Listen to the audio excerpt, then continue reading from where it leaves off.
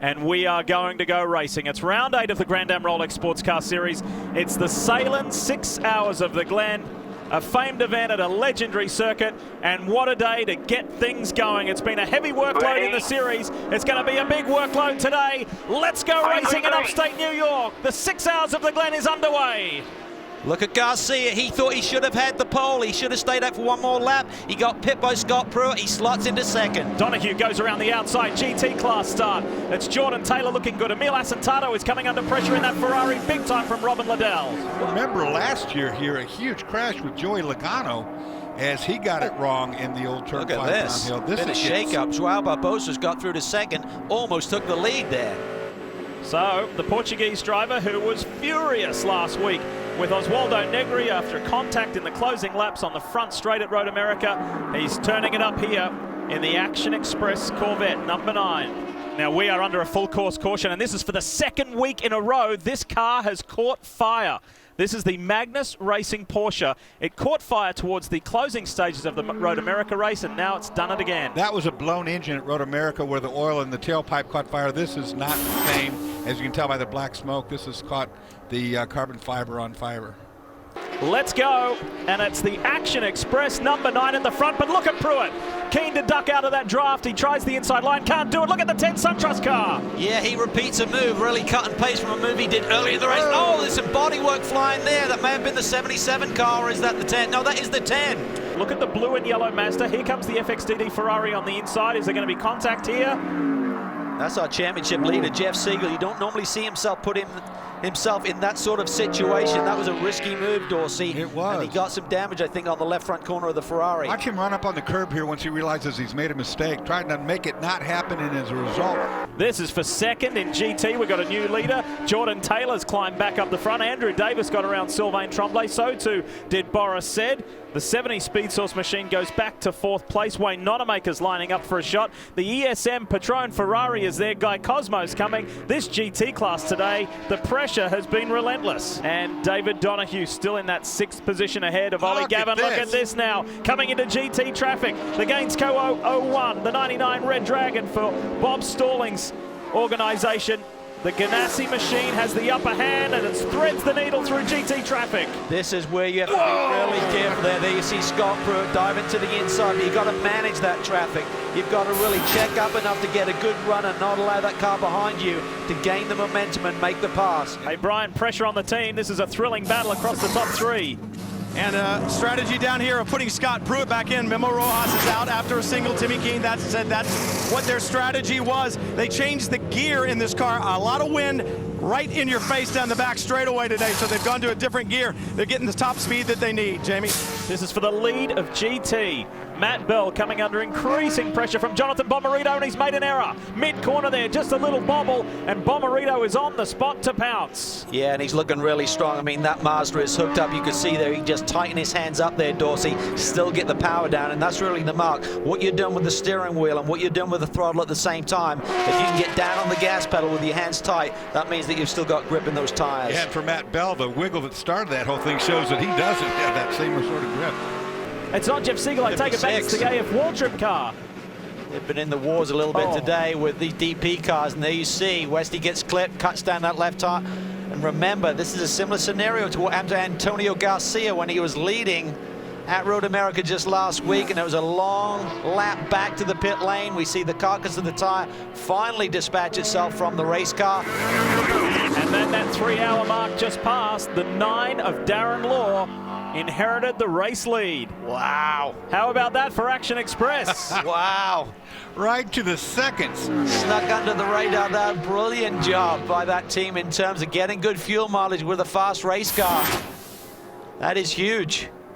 Bill Aublin said, I can't believe how intense this is. I think there was a double message there, like he liked the racing, but do we really need to be trading paint? But here you see Matt Bell get a little bit loose there, coming out of the 2 of the boots, should I say, and that gives Billy Johnson the run down into the next brake zone. The pass is complete. Billy Johnson set that up really good. Bourdais is looking for his first Daytona prototype win. Damage! Big collision. Middle of the GT pack, contact. It's not over with yet. Look at the car cutting across. Oh, and that was the 66 TRG car with Ben Keating behind the wheel. The Whalen car is involved.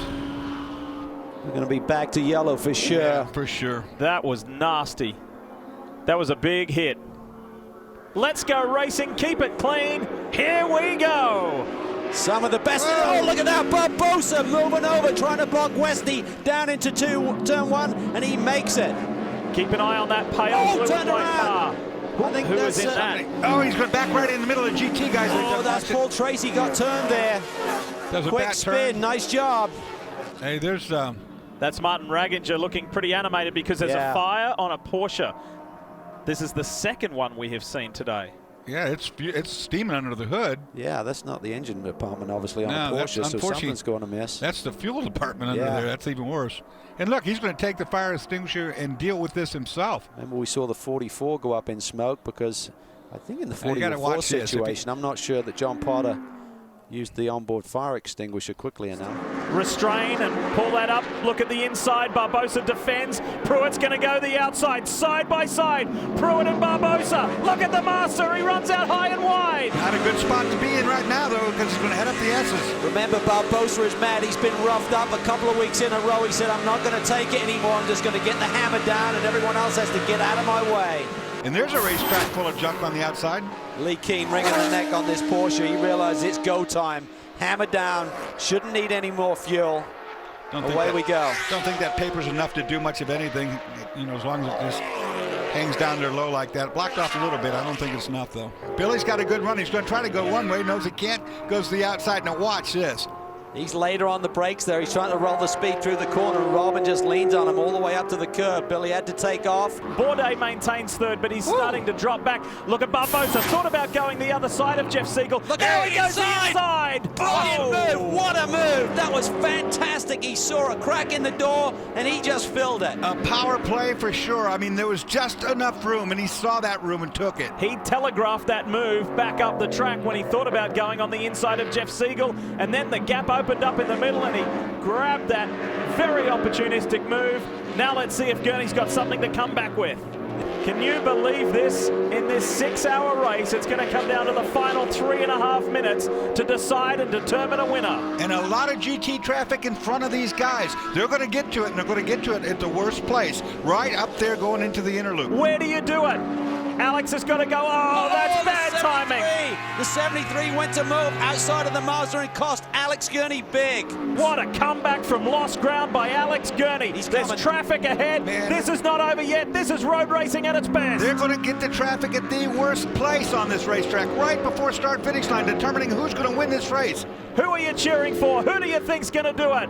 This famed event has delivered an incredible finish. It's Chevrolet Corvette 1 and 2. It's Action Express versus Gainsco. I think Barbosa's got enough. To the line he has. Action Express are in victory lane. Barbosa and Law, their first victory in this classic event. How about that? What a fantastic race. Great job by everyone there on the podium today. Joao, Alex, and Sebastian, brilliant drives. Hey, Gary Nelson, you can smile now. The pressure is off. It's going to be a magical day for Chevrolet. They've got the win in Daytona prototypes and just a few more corners for GT. Robin Liddell is going to keep his championship hopes well and truly alive with a victory in just a matter of moments. He's got to climb out of the toe of the boot here. It's an uphill run. He's got to get all the way up through and onto that front straightaway. He's got enough speed at hand, certainly enough distance. North American Endurance Championship round 2, I believe, in 5th spot, and that is huge. Robin Liddell has been waiting 6 years to go back to victory lane at the Sahlen 6 Hours of the Glen. It's his second win. It'll be John Edwards' first win in the 6 hour. Well done to Stevenson Motorsports. They're back in this championship chase big time.